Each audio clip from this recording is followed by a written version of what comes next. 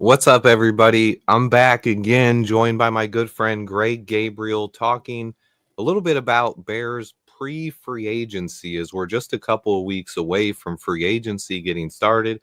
The Combine and the Shrine Bowl have already came and went, and we are fully into off-season mode. The Senior Bowl and Shrine Bowl. You said Combine. Did I say that? Oh, Yeah. Senior Bowl, slip, buddy. Senior Bowl and Shrine Bowl have already came and went. And we're moving forward towards the NFL Combine with free agency right there as well. Greg, how you doing today, my man? I'm doing good. Yeah, Combine starts in 2 weeks. Every team but one that I know of is in meetings right now. What they do is they set their preliminary board. When I say preliminary, it's preliminary because it's strictly the scouts grades. I've been trying my best. I followed your you did a little blog series a year or two ago on how to build a board. I think it was for Windy City Gridiron. So over the years I've been trying to conduct and build my draft boards the same way. And yeah, the Combine is one of the biggest things about the Combine is it starts at the Senior Bowl, where you can really see guys who are moving or transitioning positions in the NFL. Guys who played tackle but are going to have to move inside, or linebackers who might be edge rushers on the defensive line. Once you get the official measurements, the arm length, the height, the weight, you can really slot guys into where they're going to play in the NFL, and then you can put your board together a little bit easier. It's kind of hard to do it before that.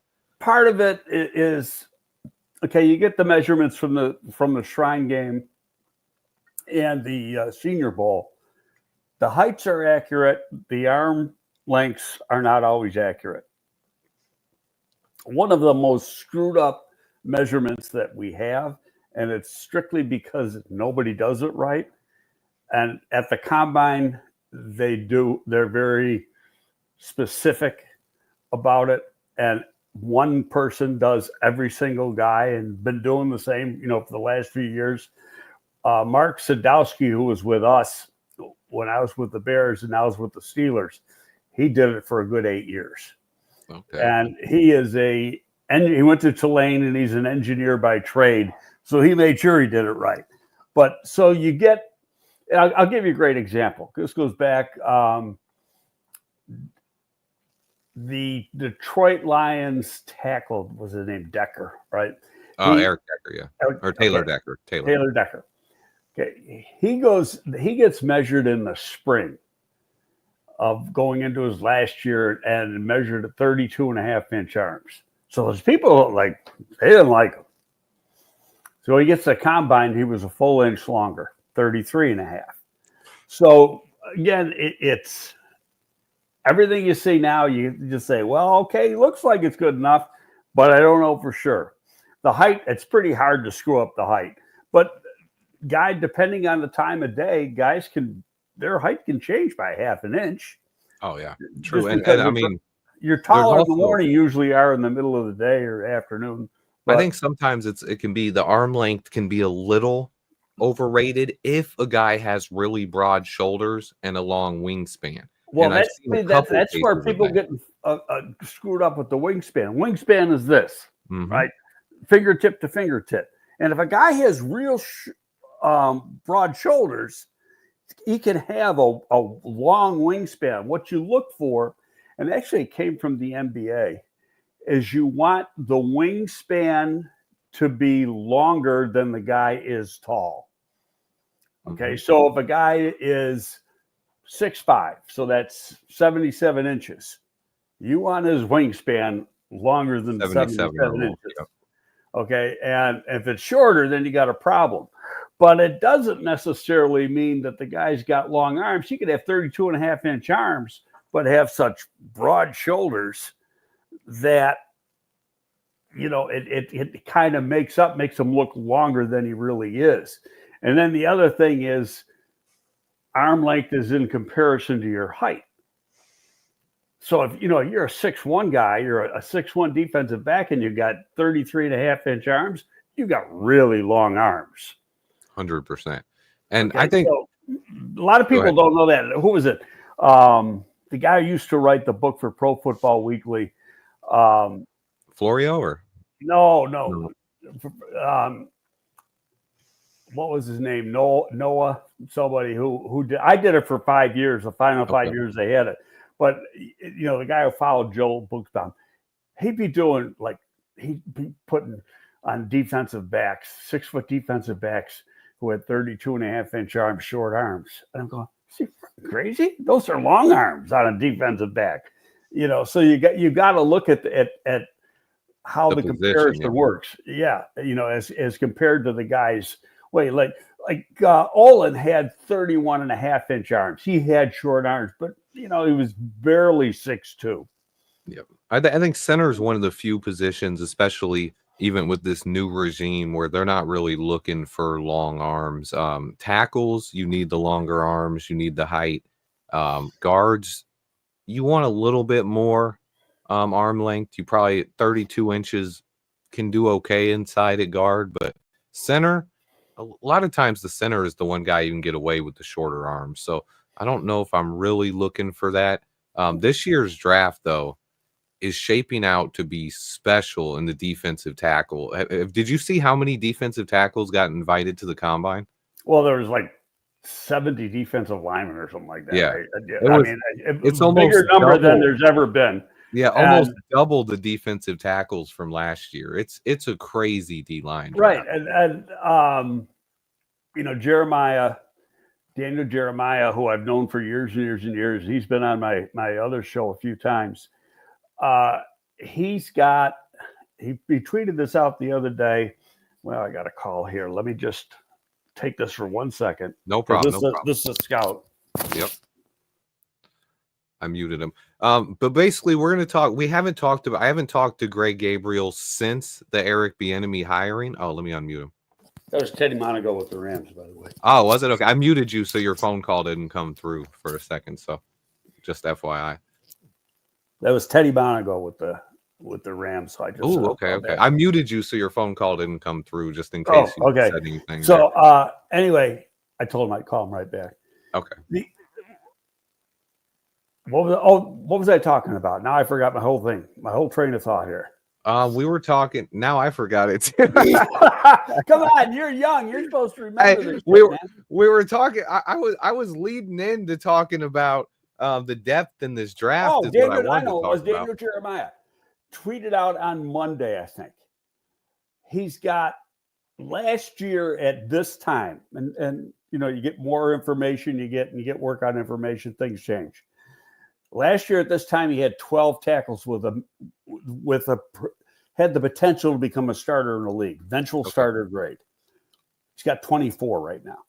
Defensive tackles? Defensive tackles. Yeah. Double what he had last year. I see that for sure this year. And this is one of the reasons someone's already asked that I'm saving most of the questions for later in the show, but Myles Garrett trade, I've already discussed this and said, first off, I'm not giving up 2 first-round picks. But names like this keep coming up. And one of the reasons I wanted to bring this up is because it goes in with how deep this D-line class is. Why would we want to give up our picks for pass rusher when we have 3 picks in the top 50 that could all be star pass rushers? Top 41. I mean, in the top 41. And then also, I also think this year's free agent class at edge rusher is pretty good. We can probably find another edge rusher to complement Montez Sweat while we also draft and develop someone else behind him, because there's a lot of guys out there. Josh Sweat is my top one, but there's a lot of guys. There's probably 8 or 9 names that could come in and start a defensive end for us. You brought up an interesting point, because there's guys, and Josh Sweat's one of them. Mm-hmm. I don't think they ever make it to free agency. I really don't. But I think some of them. There's guys. I made a small list, but Hassan Reddick, Khalil Mack, Deo Bingo, whatever his name is, Azeez Ojulari. Josh Sweat is young. Yep, he's 28, and he cost Philly nothing last year, because I think he would have been coming off an injury or something from the year before, and he had a 1-year deal, put up big numbers. And Howie's going to take care of him. I worked with Howie for 1 year. I know how he operates.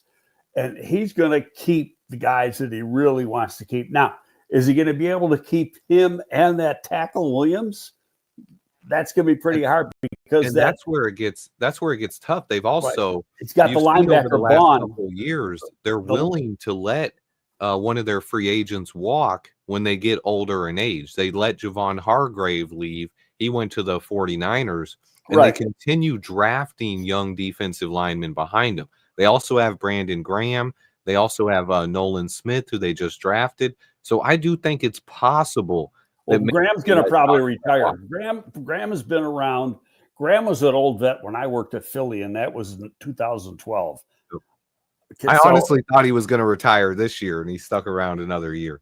Right. But yeah, Chase Young, another name out there that people are connecting because he was with Dennis Allen in New Orleans last year, even though Allen did get fired this year. So, well, and that was a guy that actually was Pohl's original guy.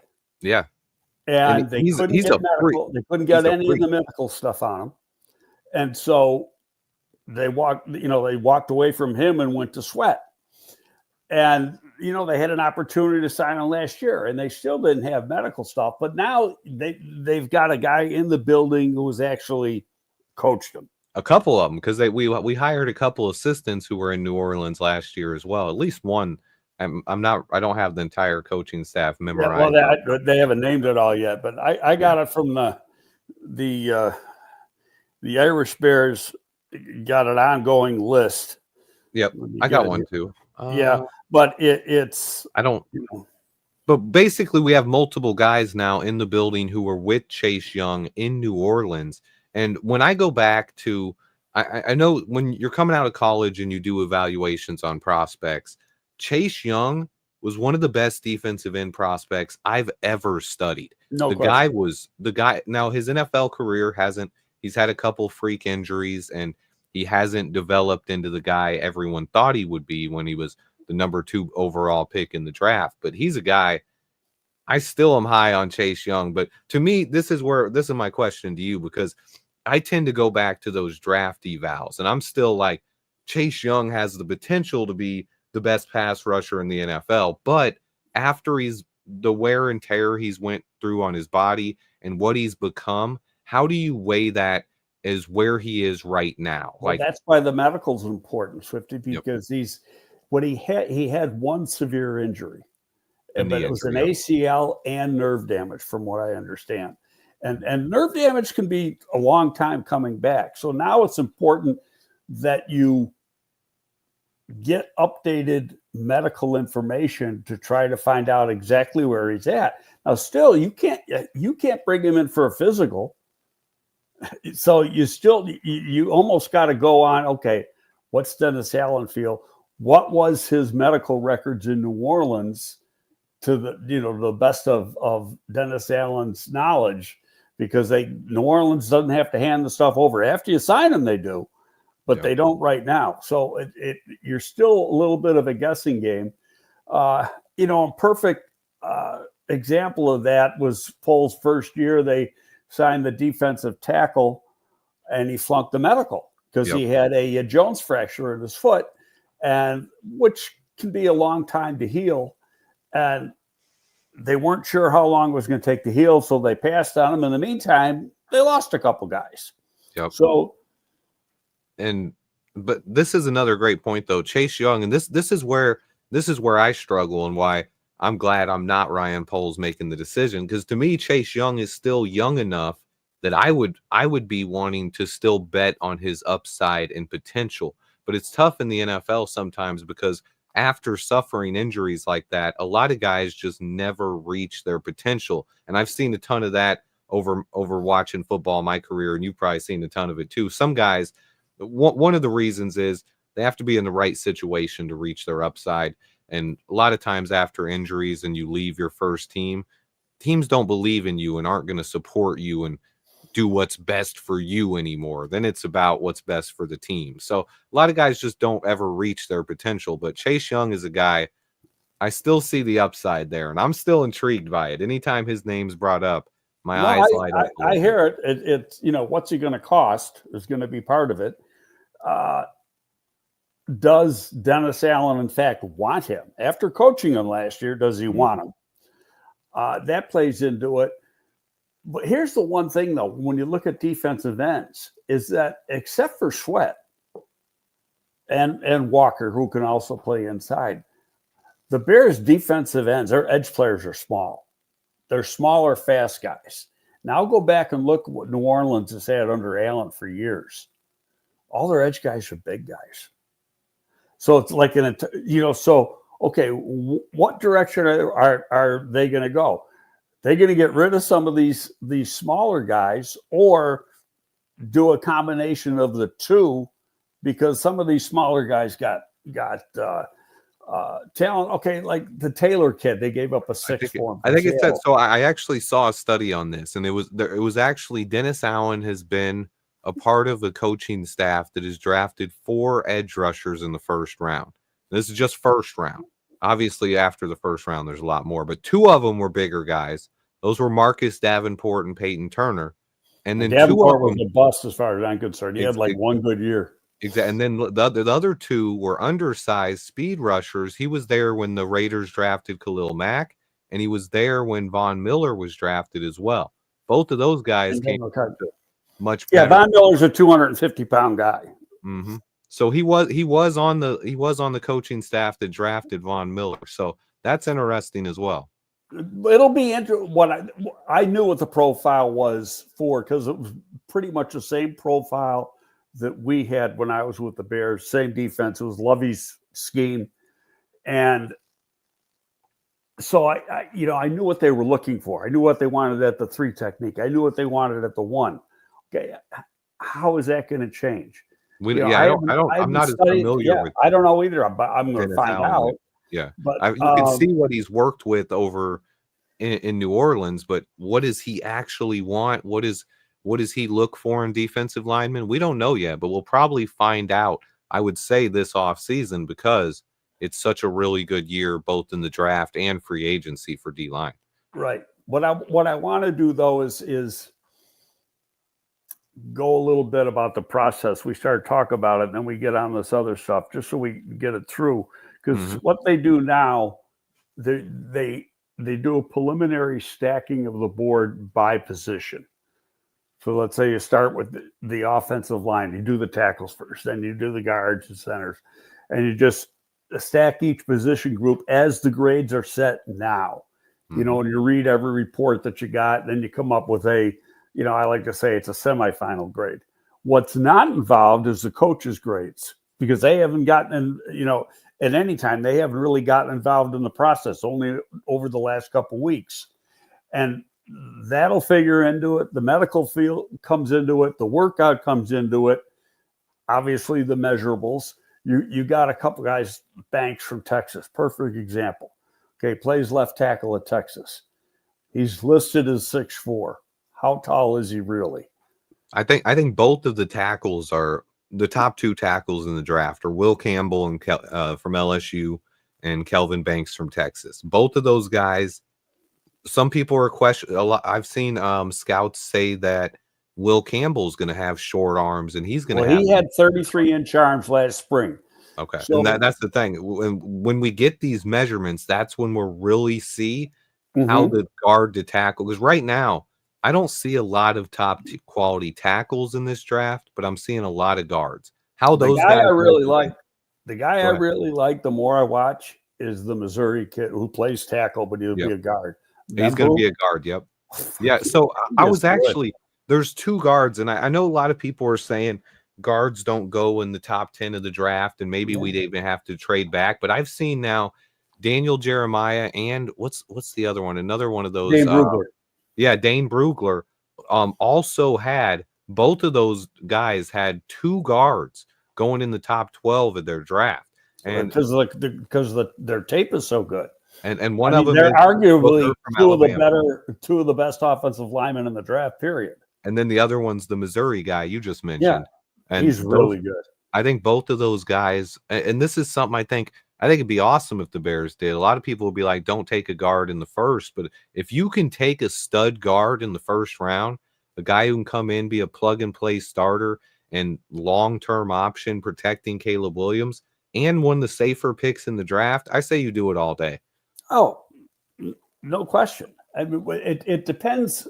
I mean, that'll get down to, well, we got to go step by step here. I don't want to get ahead of myself. Yep. First, you got to get through free first agency. Couple days of free agency, because what happens in those first few days of free agency is going to determine what they're going to do in the draft. Well, see, and I was still thinking either way, and here's my thought on this. Either way, no matter what happens in free agency, even if we signed a Trey Smith or a Mekhi Becton, say we got one of the top guards, we still have a hole at the other guard position. So no question. But do you use sign a veteran?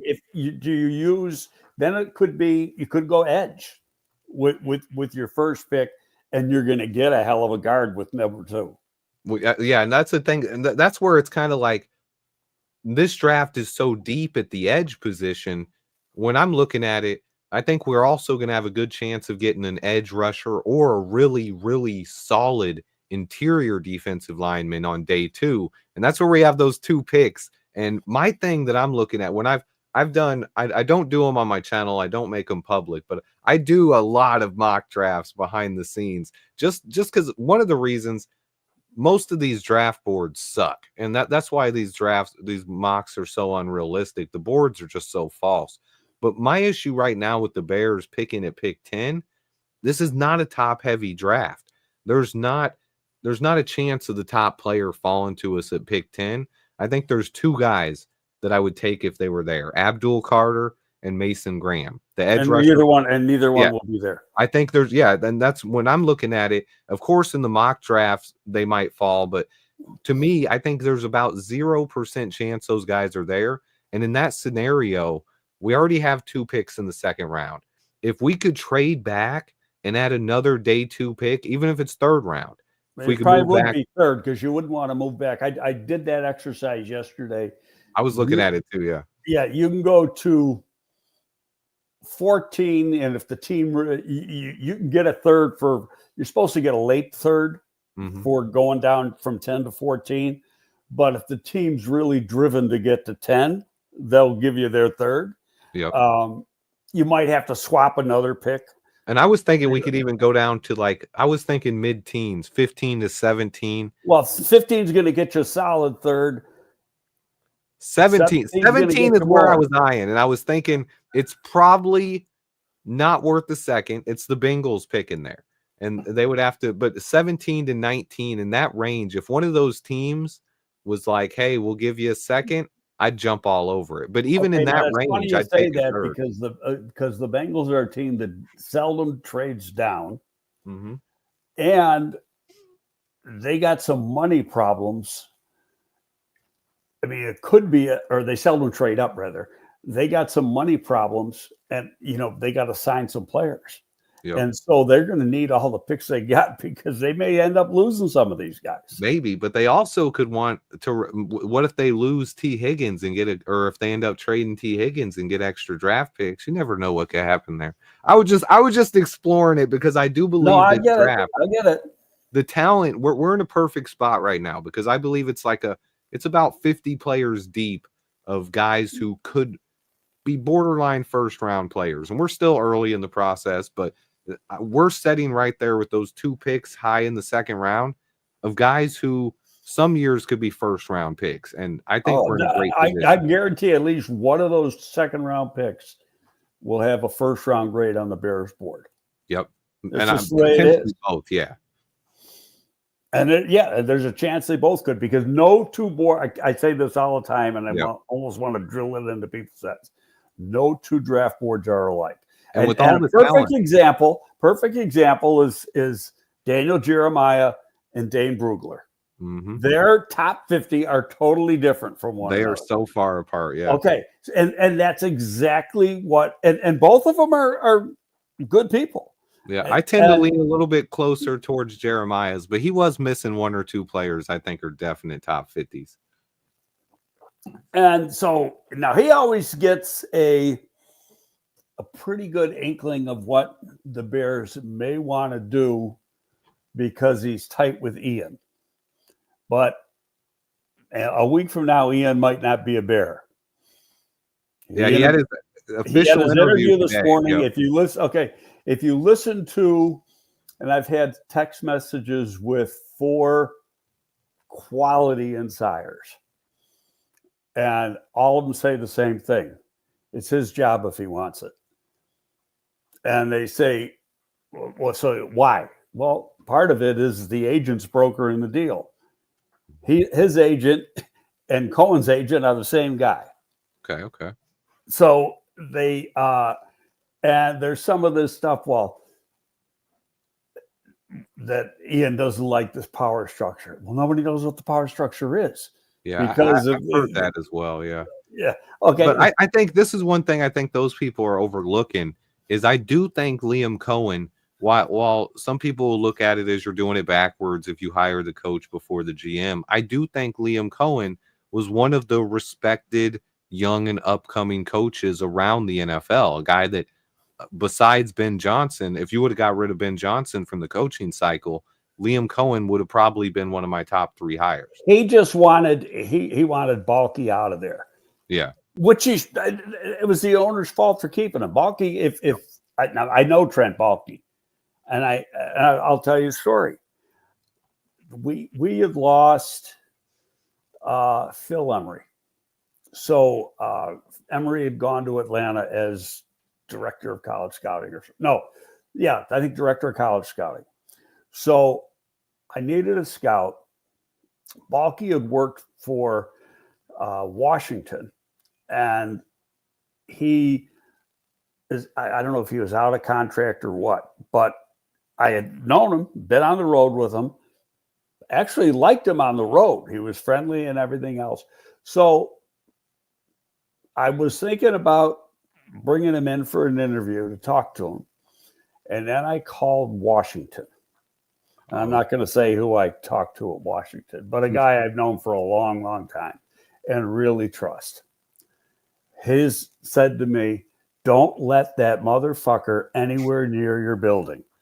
Oh, man. And yeah, I've heard a lot of negative opinions. Trust him. And this is my one of my biggest problems with the Chicago media is they'll hear stories like that pushed by the national media, and then they'll try to push those narratives onto Chicago that, oh, yeah, just like coaches don't want to be hired in Jacksonville because of Balky, they don't want to be hired in Chicago because of polls either. And they're just completely pulling these stories out of their behinds, making them up, and it's just ridiculous to me. Well, you know who led the coaching search? Ryan Poles. You know where Ben Johnson wanted to go? With Ryan Poles, baby. But the other part of it is that so he ends up going out to San Francisco in Balky, and he's working for David McLuhan, who I've known for years and years also, who was the GM at the time. David had some problems, and he's the first to tell you he had some problems with this stuff, with alcohol, got himself in trouble with it. But the guy who stabbed him in the back with the owner was Trent Balky. Ooh. Real bad. Okay. And David gets fired. Now, these are guys that grew up together in the same town. Wow. And so, and then he ends up down in Jacksonville. It was him that screwed up the wide receiver market when he signed that slot receiver.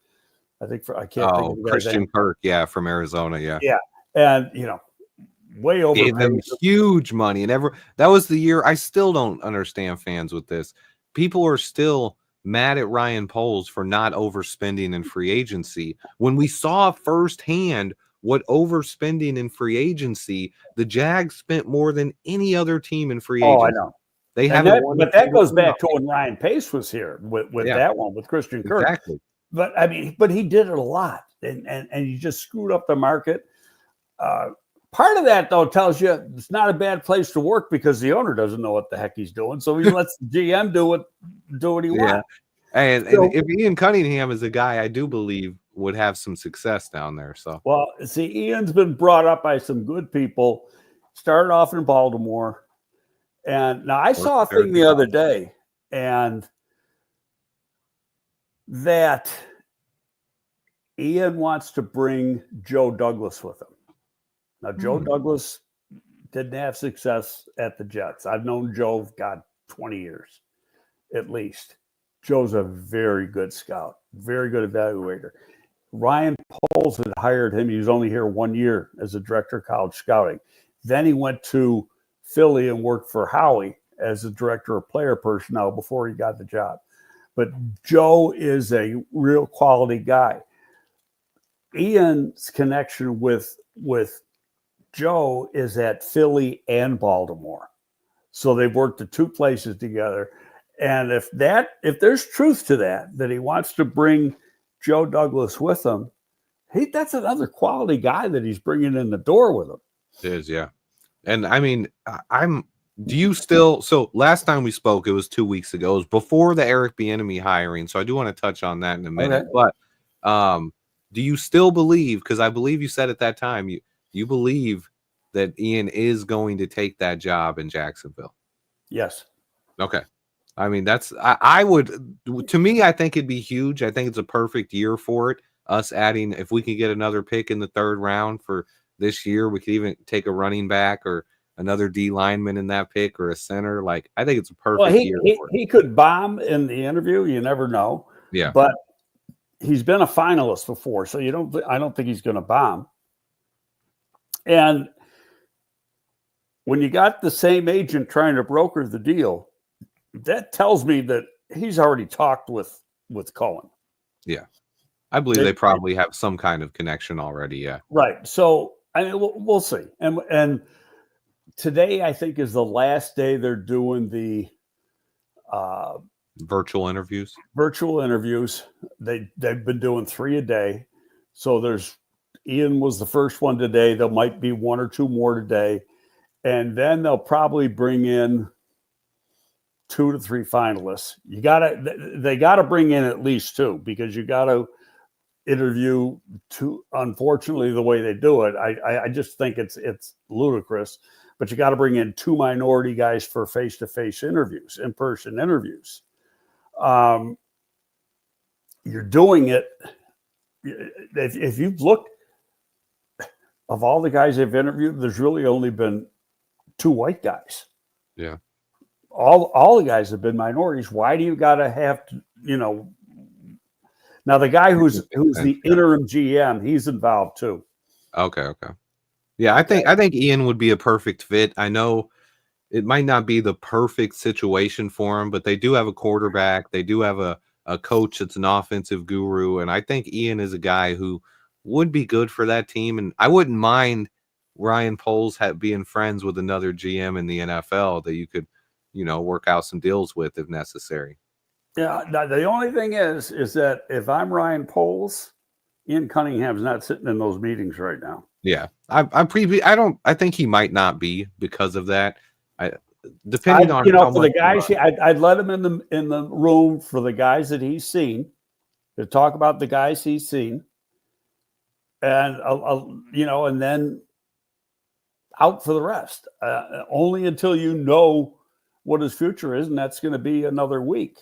It's a great question here in the chat, because I have no idea what the answer to this is. But why are the Jags taking so long to hire a GM with everything that needs to be done during this time of the offseason? You're putting together you're talking about. They got an interim guy. Yeah. A lot of that stuff is their scouts haven't changed. Those reports are there. Okay, so it's probably having meetings, setting a preliminary board like everybody else. The GM's the final decision maker. Okay, and whoever they hire, let's say they hire Ian, he's going to bring his stuff with him. So if he doesn't like the way, he's going to see the way their board is, and if he doesn't like the way their board is, he's going to change it to the way he likes it. So, I mean, it's not a big deal. A lot of the talking on,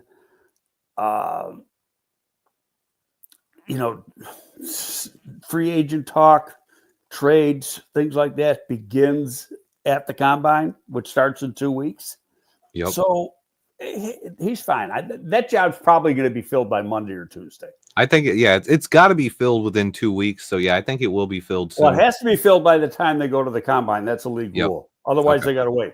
But yeah, I'm thinking if today's the final day of virtual interviews, they might fly these guys in tomorrow or Sunday and then have a guy done by Tuesday. Yep. I did want to correct someone in the chat took your words out of context and said, what do you mean interviewing minorities is ludicrous? That's not what Greg said. No, he said bringing them in after already interviewing them. No, it's process. Just wanted to correct that. I think that the Rooney rule ends up working against people. Mm-hmm. When you've already, basically what he was saying, after you've already done the first round of interviews, you've already talked to everybody, and you're pretty much already made up your decision. Why do you still have to bring guys in for in-person interviews if pretty much most of the time? Perfect example. We can use it this way. The Bears had their interim coach. Okay, let's say that he knocked it out of the park, and just hypothetically, he knocked it out of the park one of the last 5 games. Yep, because we've seen that with Antonio Pearson in Las Vegas last year, yeah. And he's an African-American, right? Yep. You can't hand him the job. Yep. You got to have a process, and you got to bring in 2 other minority candidates plus others and have interviews with them.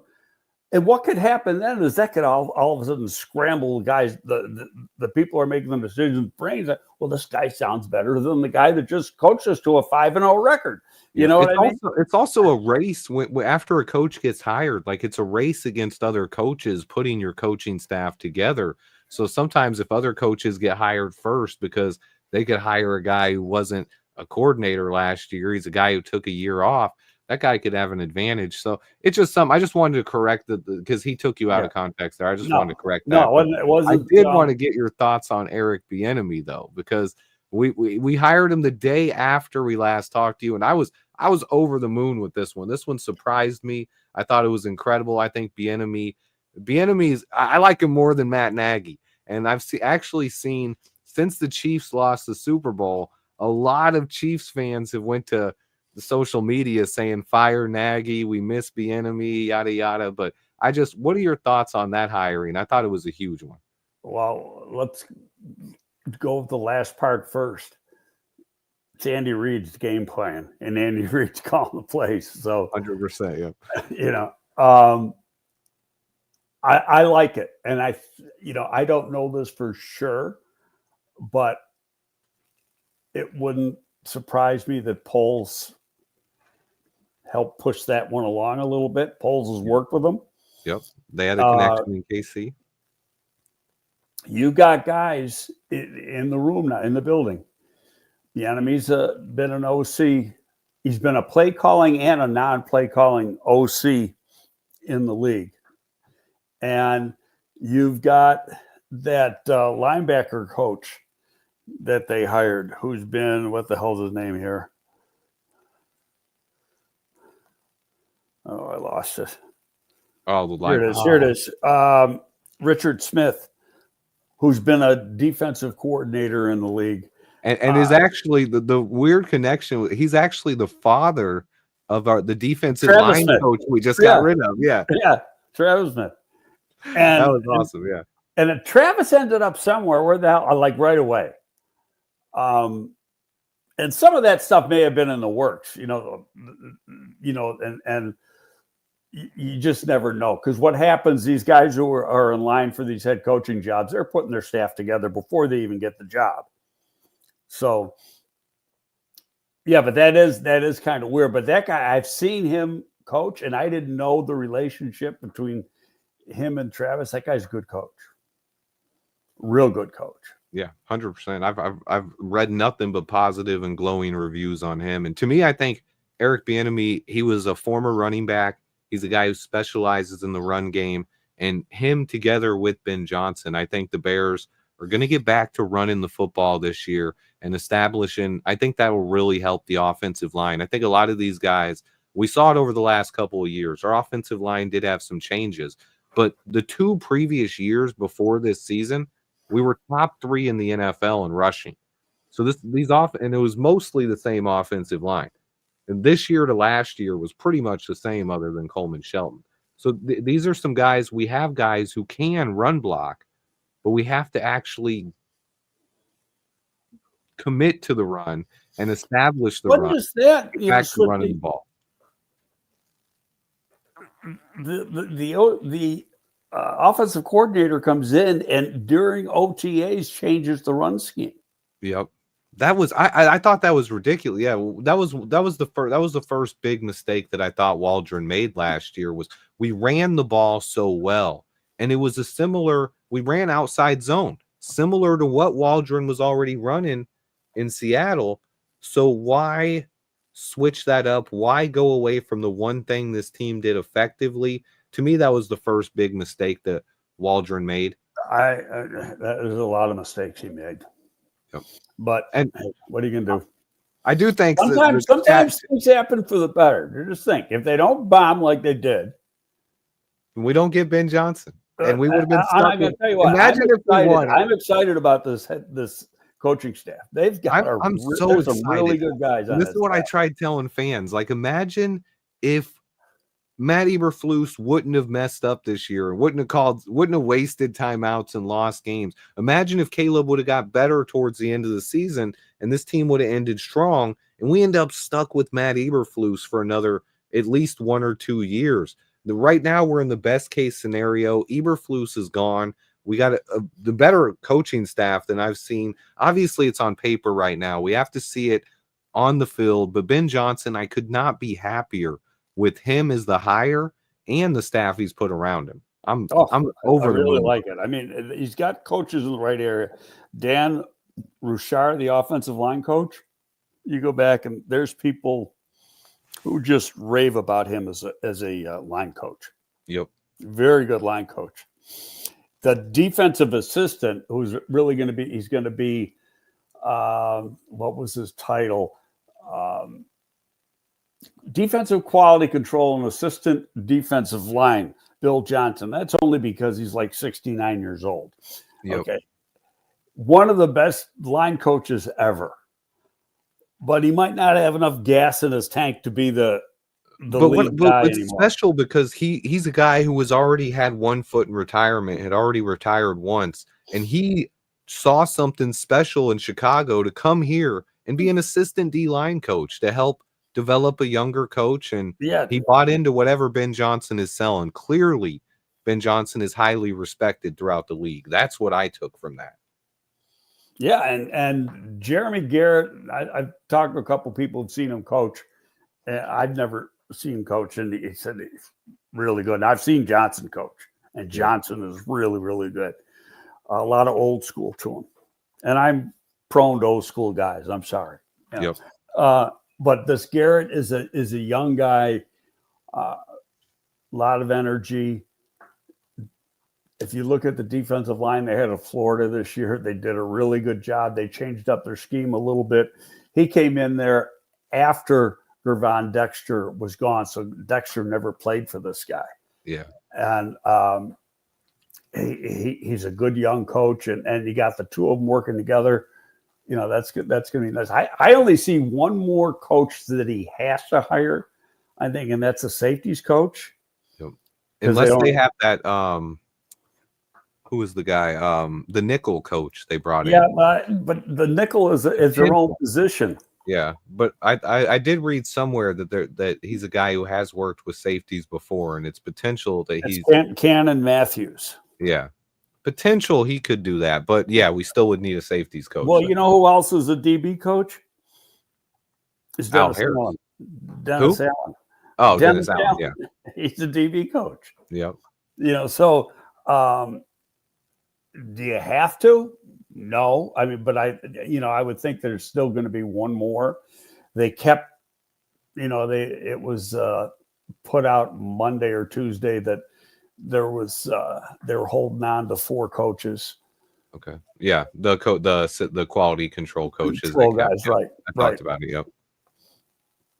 But overall with that Bieniemy hire, I'm super excited about it. I think we are going to get back to the run game, and similar this running back class. I don't know how much you've had time you've had to look at it, but to me, a lot of them. It's crazy talented. We can get a starting running back in round 3, 4, or 5, I believe. So I think this is a perfect year. We have to draft a running back. Obviously, we do not have to take Ashton Jeanty, or it's not a guy I think. I'm going to say something blasphemous here. I'm going to say something blasphemous. I'm not so sure Jeanty's the best guy. Who do you think's Caleb Johnson? No, Caleb Johnson's pretty good. He didn't have the juice. Okay, I like Caleb Johnson. That kid from Ohio State. Both those guys. No, the other guy. Henderson. To me, Henderson's the speed burner. He's the guy. But Judkins is a guy who he's like the 3-down back. True. You know another guy I like though in this running back class who's no one's talking about, and he was down at the Senior Bowl looking really good. Ollie Gordon from Oklahoma State. He had a down year. He was a Heisman hopeful last season, and this season now they're talking about him like he's a 5th or 6th round pick. I really like Ollie Gordon, but other guys I haven't done him. So that's a guy you got to do. Wait till you get to Ollie. Or watch him at the Senior Bowl. He looked really good as well. Another reason I wouldn't mind trading down. Chat's also mentioning Ian Wheeler, who should be back from his torn ACL. Another guy I'm definitely rooting for, but it's still such a talented running back class. I'd have to draft one. To me, I just have to take one. It's Swift. I do like DeAndre Swift. He struggles between the tackles a bit and needs a better O-line. But to me, I think this is his last year in Chicago. He signed a 3-year deal. There's 0 guaranteed money left after this season. So he's going to be here this year. You know, I didn't do it for your show. I did it for my other show. I don't know if it was last week. It was this week, I think.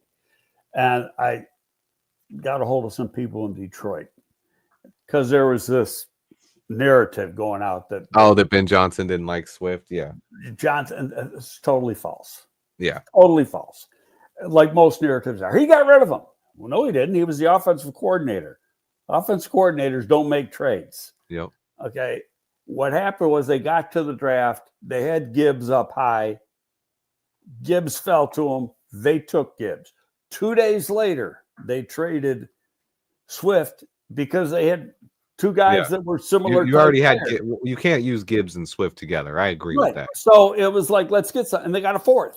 Yep, and it was Swift had nothing to do with I like him or I don't like him. There was a question, and this came from actually his position coach for early in his career, is how durable is he? Because he's getting nicked up and he's having soft tissue stuff. That wasn't coming from Johnson. That was coming from his position coach, whoever that was back then. And now if you look at the last 2 years, been real healthy. His year in Philly and his year here. Missed 1 game in the last 2 years. Oh, yeah. Someone else in the chat brought up Omarion Hampton. And this is a guy, I did watch some North Carolina, but he's one I haven't went back and studied his tape yet.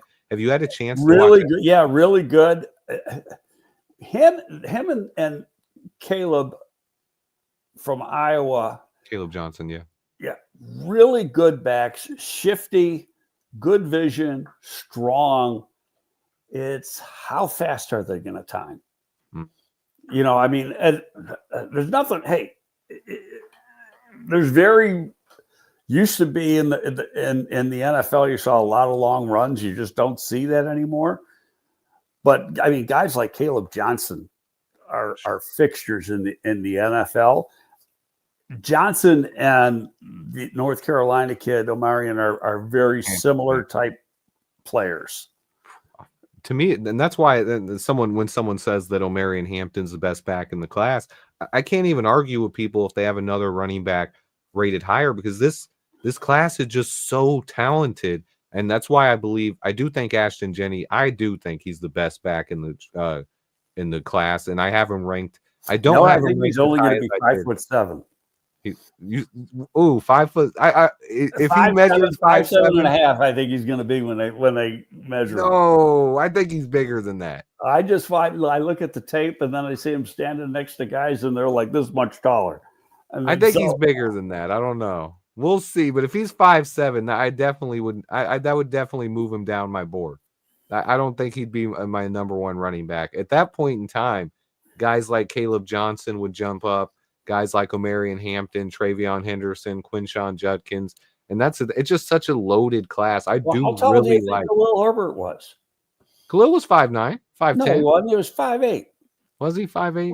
5'8.5", I think, or something like that. But he was a 5th round pick, though, not a first. No, I know that, but they put these guys on the rack when they put their height in the program or the media guide, when a lot of backs aren't that tall. Yeah. And I'm with Q. I think he's 5'9". As long as he measures in around 5'9", I'm good. Well, I thought that at first, and then I started seeing them next to the guys, and they were like a full helmet taller. And I go, holy shit. Oh, someone coming in with the Ashton Jennings stats up here. I love it. I do think it's just a really talented running back class, and it's something that I don't want to spend too much time talking about, but I do think it's a perfect year. It's also really loaded at tight end. I don't know how much you looked at that at the Senior Bowl. I haven't watched the tight ends that much to really. It looks pretty. Good. I've seen the guy from Penn State, and I've seen the guy from Michigan. Mm-hmm. I know those guys. The Texas guy's pretty good. Gunnar Helm, he's pretty good. Yep, but I haven't done the tight ends at depth. Yeah, I haven't done depth yet either. I do work for agents. I do the guys they want me to do. So apparently, people are talking about cutting Cole Kmet. Shit, that ain't gonna happen. I know it's gonna finally get some touches. It's dumb talk. I think Cole Kmet's a good player. Apparently, there's some clips going around of him missing some blocks, and people are saying he blocks like a girl now. But I do think Cole Kmet has the upside of a top 10 tight end in this league, and I don't get the hate. Anyone saying to cut him is just ridiculous. He does need to play better, though. He didn't have his best year, but he also wasn't very involved in the offense. It was almost like Shane Waldron preferred Gerald Everett to him. He came out, started the season like that with Gerald Everett as the starting tight end. So I don't know what went on there, but and Everett probably won't even be here. So. Yeah, Everett's probably gonna be gone. So it's tough.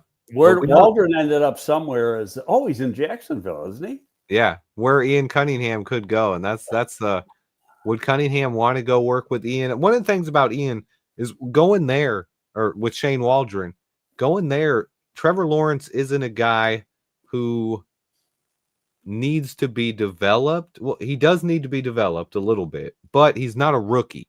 He's already been in the NFL for 5 years. He's already gotten paid, and Shane Waldron's probably not going to be calling the plays. Oh, he's not. He's the passing game coordinator. Yeah. The passing game coordinator is a guy that works with the whole staff. Mm-hmm. He doesn't work with players.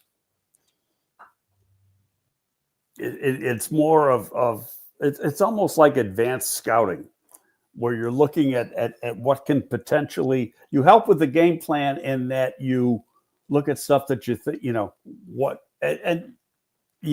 the specific duties could change from team to team, but you're really it's what the OC wants you to do. But a lot of times it's just helping and planning. Okay, you're doing a lot of advanced work. You think this type of stuff will work against the defense as far as the pass game goes. You turned off your mute there. Yeah, on top of that, they hired an offensive-minded head coach who's going to do the play calling there. So it's not like Waldron's calling plays.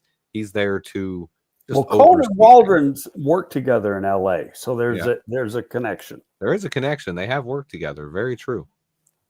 But as we head into free agency, what do you think the Bears' biggest targets are as we say here a couple weeks out?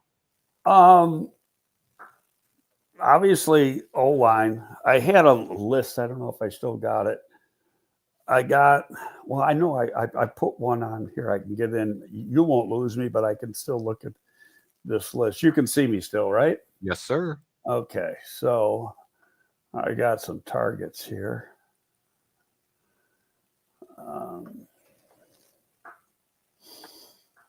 Okay, guards. Trey Smith, Becton, Will Freeze from Indianapolis. Yep. And he's coming back ahead of Becton.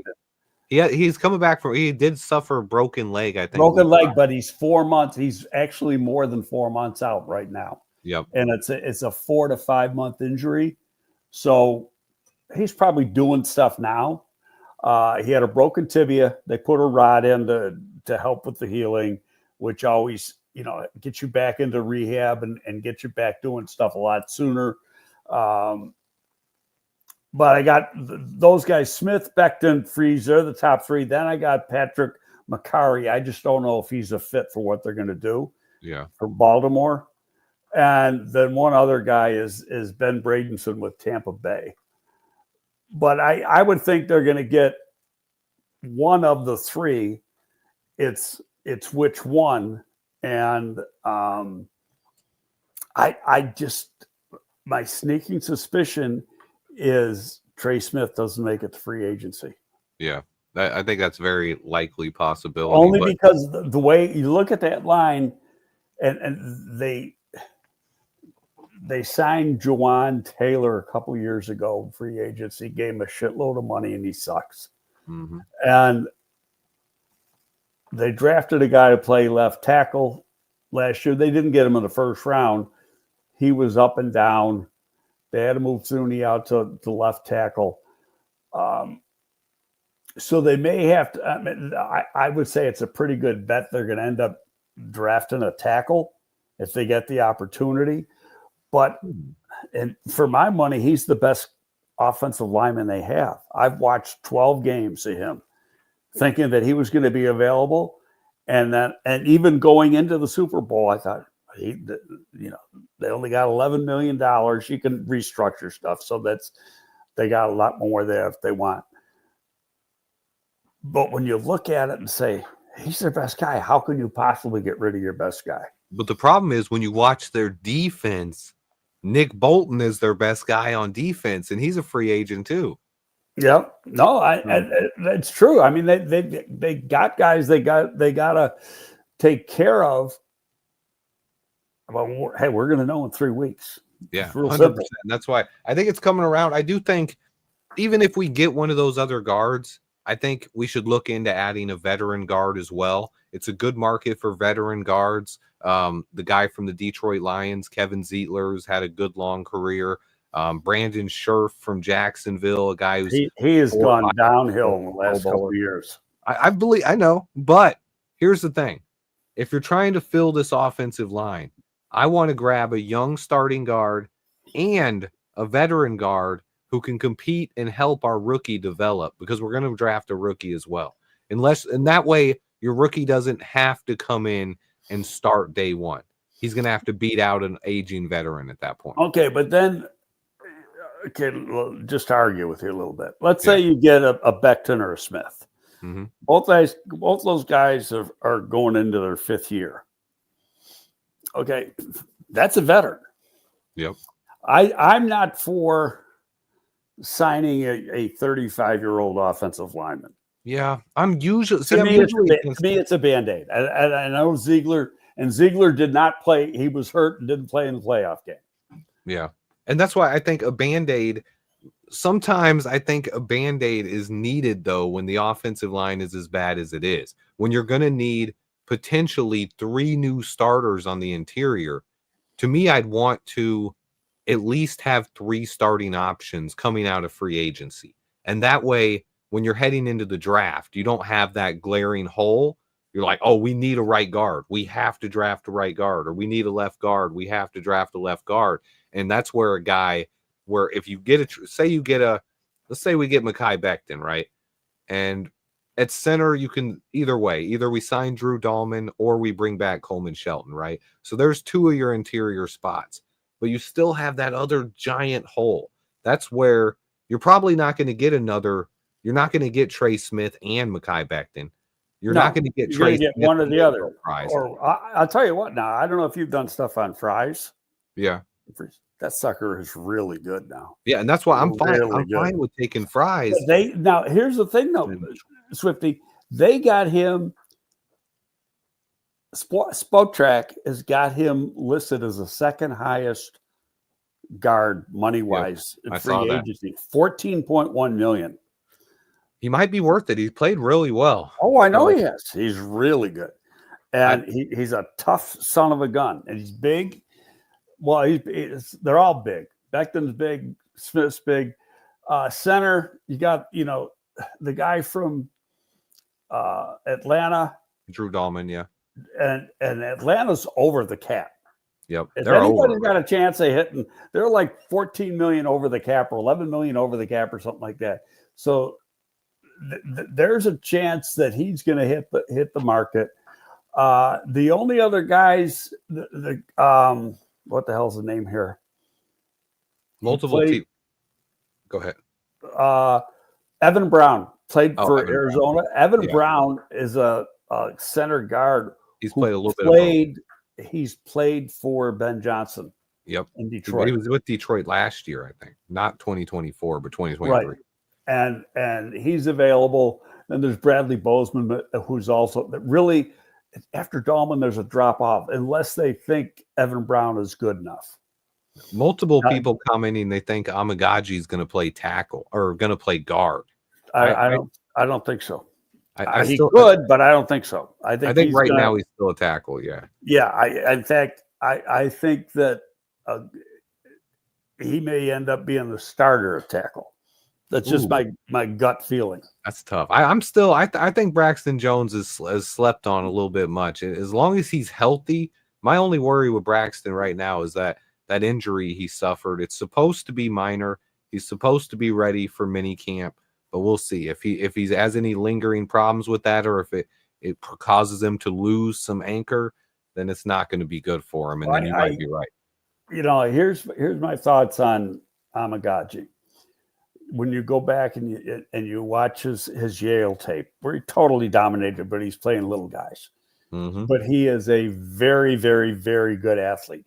Might not be quite the athlete as Braxton as far as speed and quickness, but he's a better way bender. More powerful. Yeah, he's more powerful and he's got better bend. And so now I'm thinking, okay, he's real raw. He's going to need time, and having missed camp, he's really a rookie all over again, except from. Upstairs, he knows what's going on. He just got to perfect the technique to play against pros. But now I go back, and Howie, who I think the world of, he drafts this guy in the 7th round from Australia who's never played football before in his life. He stashed that dude for 2 years on IR in the practice squad, and now he might be the best left tackle in football. Yep. And that's what you want to see Ryan Poles. To me, that's what Amegadjie. Now, I don't know if Amegadjie's got as much natural talent as that guy, but it's a smart guy, a big guy, athletic guy. And, who's to say that he can't be? I mean, this guy never played football until 5 years ago. I loved his tape. And this is why I hate that people hate on Kiran Amegadjie so much. I hate that. What I hate more is the people who hate him don't know what the hell they're doing. They saw him in a game when he never should have been playing. When he shouldn't have been. Game. Exactly. And so, you know what? Fuck them. I don't care what they say. Yeah. I hate our coaches for putting him in there when he wasn't ready to play and causing fans to think he just can't play. And that's just not the case. He wasn't prepared to play. When you come from an FCS level like he did and you miss camp, you're done. Yeah, because I thought he should have been on the IR. Once the season starts, there's no more contact. You can't work on that stuff. I said it on probably multiple times during last year's preseason when people were asking about him. I was like, look, once we got to our 3rd preseason game, I said, look, if Kiran doesn't play in this game, he's going to the IR, because there's no way you could have a guy miss all of mini camp, all of training camp, no practices in preseason, and then still play during the season when he's coming from an FCS school. And somehow it happened. Amegadjie got brought back a couple practices, and then he's thrown in at left tackle. And Kiyu made a great point here. And as bad as he looked on some reps, there was still a lot of reps where he looks really great. Yeah, he was out there for more than just the reps he got beat. Like he is strong. The potential's there. Oh, God, yeah. That's why I'm really excited about this offensive line coach. Brandon Thorne is? Oh, yeah. Brandon, one of the most respected O-line masterminds guys. I follow him. Yeah. Brandon, I found a tweet from actually a couple of years ago. He had Rouchar as one of the top 2 or 3 best line coaches in football. Oh, okay. And I'm pretty sure he was high on Amegadjie last year as well. I mean, he's a guy. Yeah. Amegadjie has all the physical traits you look for. He also has the personality, the demeanor. He's smart. He's hardworking. He's humble. If we can get an actual coaching staff in here, like I believe we have, that can develop this guy, I do think the sky is the limit for him. But I'm not as quick as you are to say he's going to. No, I get it, and I'm not ready because I was always a Braxton Jones fan.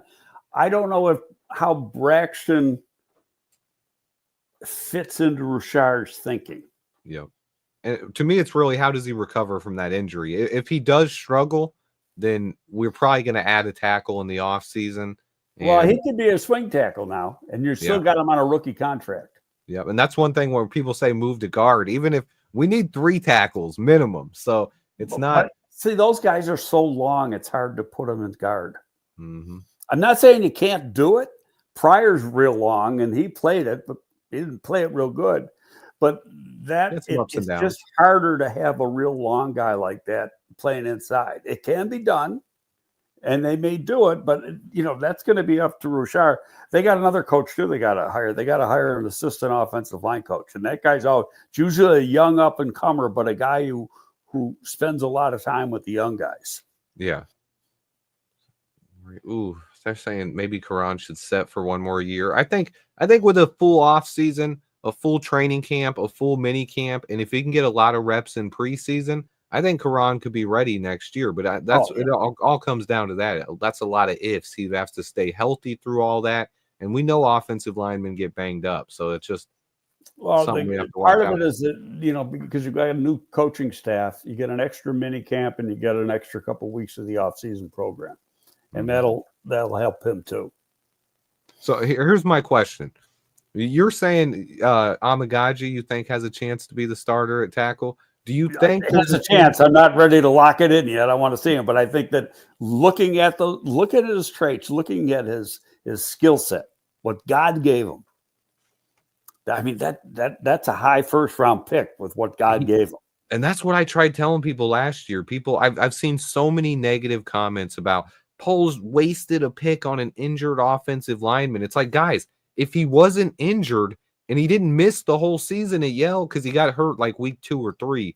No, I think he played 5 games. He played 5 games but he couldn't play in the Senior Bowl. He was open to play in the Senior Bowl. He could have been a first round pick if he would have finished the season and continued on the trajectory he had, which was not allowing a single sack and dominating everyone he went against, and then went to the Senior Bowl and had a good week. He's a guy who could have went in the first round. That's how much talent he has. So picking a guy that talented in the 3rd round, to me, is never wasting a pick. Well, first of all, you're not picking him for 1 year. You're picking him for a career. But their whole career, exactly. And that's where I would rather take the guy who's more talented, even if he has to miss half a year or a season, than the guy who's less talented but can play right now, especially when we're rebuilding like we were. No, I agree with you. I mean, people already got him out the door, and that there's no chance of that. So. Yeah, and I think the biggest reason why is because our coaches allowed him to be exposed when he wasn't ready to play yet. And if that wouldn't have happened, people might still have a lot of hope for Amegadjie, but they just watched him get beat up and give up a couple penalties, and they wanted to write him off immediately because that's how this microwave society is. But let me go to the final questions here. Oh, no, we're not. Oh, here's one. Have you done any work on Donovan Jackson? He's the left guard for Ohio State who after Josh Simmons got hurt, he actually went out and played left tackle. I have a 2nd round prospect right now, but right now with how it is, he's a guy who could go 1st round as well. I think he's 2nd, and he's not a tackle. He's only 6'3.5". Yeah. But what's funny is he might have played better at tackle than he was at guard, even at 6'3.5". I mean, he really played well. Don't know what his length is. I do know his height. He was 6'3.5", and might have been 6'3 3/4 in the spring. But good football player, really good football player.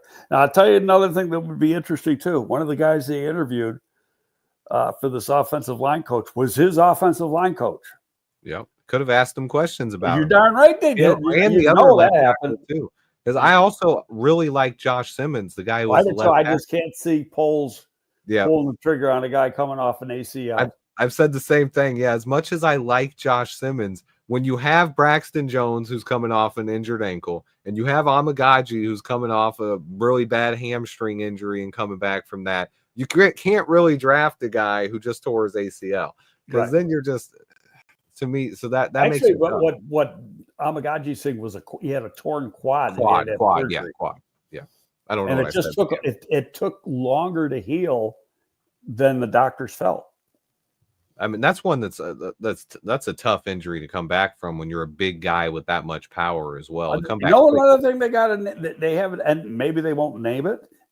Bears don't have an orthopedic surgeon right now. Dr. Bowen retired after the last game. Biggs had put it in his column. He owns a vineyard in Tuscany in Italy, and he's took this consulting role with the Hospital for Special Surgery in New York, where he did his fellowship. So he's going to be commuting back and forth between Tuscany and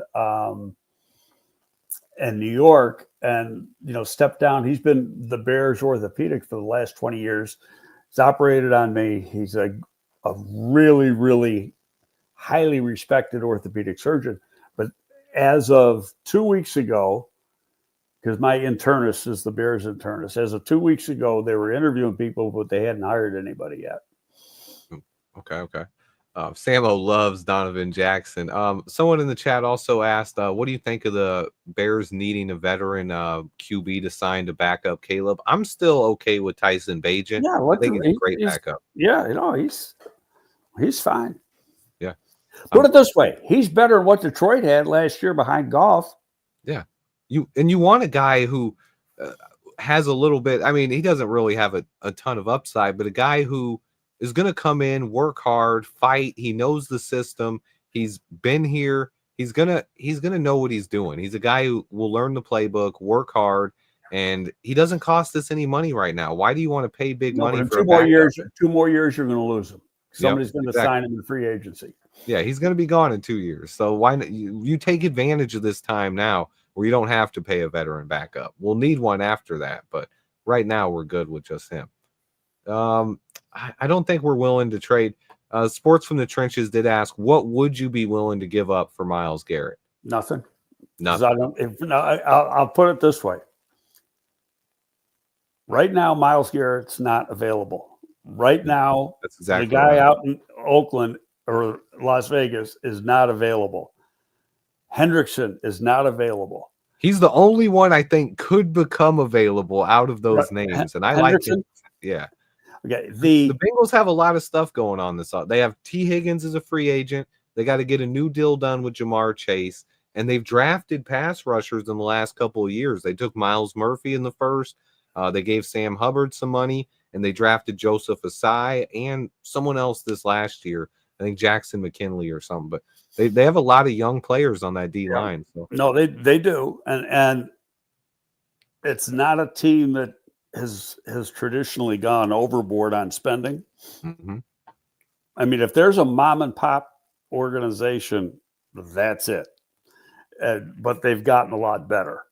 Yep. I mean, I know people have worked there, and when I started working in the league, they didn't have a scouting department. The coaches were the scouts. Yep.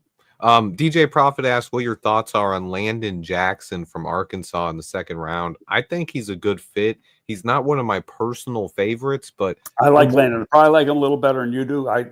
To me, I mean, he's a good second round pick, but as compared to who else you looking at? To me, I'd rather have Princely Umana-Malayan, who might not be as good against the run, but has more pass rush upside. But Landon Jackson, a guy, I do think he goes in the second round. Yeah, he's very good at setting the edge, and he had a good week at the Senior Bowl. So I can't knock him. I think he's a good player. And then Samo asked, my guy Samo, what are our thoughts on a veteran center versus a rookie center? He personally thinks we need a good veteran center. Well, I deferred to Olin on that, and I asked him that last year. And Olin said, recipe for disaster is having a rookie center with a rookie quarterback. Mm-hmm. He goes, you got the middle of your offense with two people who don't know what the hell they're doing. Yep. So, and right now, Caleb's now going to be in a new offense. And so is it a smart idea to have a rookie in there? And who's going to be your rookie center? Okay, well, you could say that you can get the kid from North Dakota State. I like him in the second round. Okay, but guess what? He never played center until he was at the. He played center in high school, and but that ain't the NFL for the first 2 years at North Dakota State. He got like 50 snaps, but he was getting some practice reps there, and he's probably going to be really good. But again, it's a situation, totally inexperienced guy coming in and playing a position when you got a second-year quarterback.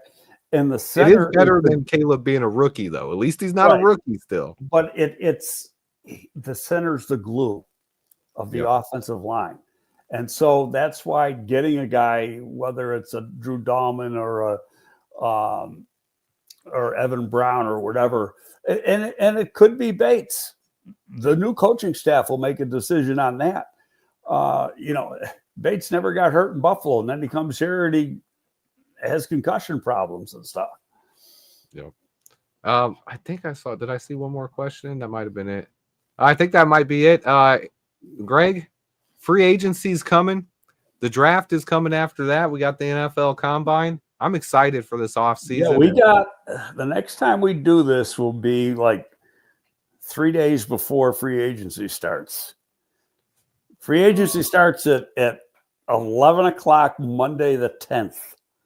So 2 weeks from now we'll be that'll be the 28th. So we'll be 10 days out. Oh, 10 days out. That's right. Yeah. Today's the 14th. Yep. And then free agency starts what, the 11th? Is the official? Monday the 10th. Monday the 10th. Okay. If you go by what's watch it, they always got a free agency show on the NFL Network. The window opens at 11 o'clock Central Time, so 12 o'clock Eastern. In each of the last 2 years, the Bears have signed 2 people in that first hour. Right away. Wasting no time. Swift was the first one this year, and he was 15 minutes in. Yep. I think it was Tremaine Edmonds the year before. Yes. But we also signed even before that this year, we signed Kevin Byard before free agency even started because he was cut by another team. Right. And you can do that with a street guy. Somebody that's a cap casualty over the next 3 weeks. If you like them, you can sign them. Yep. 100%. We did that with Moose Muhammad years ago. We signed him at the Combine. Oh, yeah, Moose. I remember Moose getting signed because he'd gotten cut in Carolina. Yep. Right. And so we had like an all-nighter with Joel Siegel, his agent.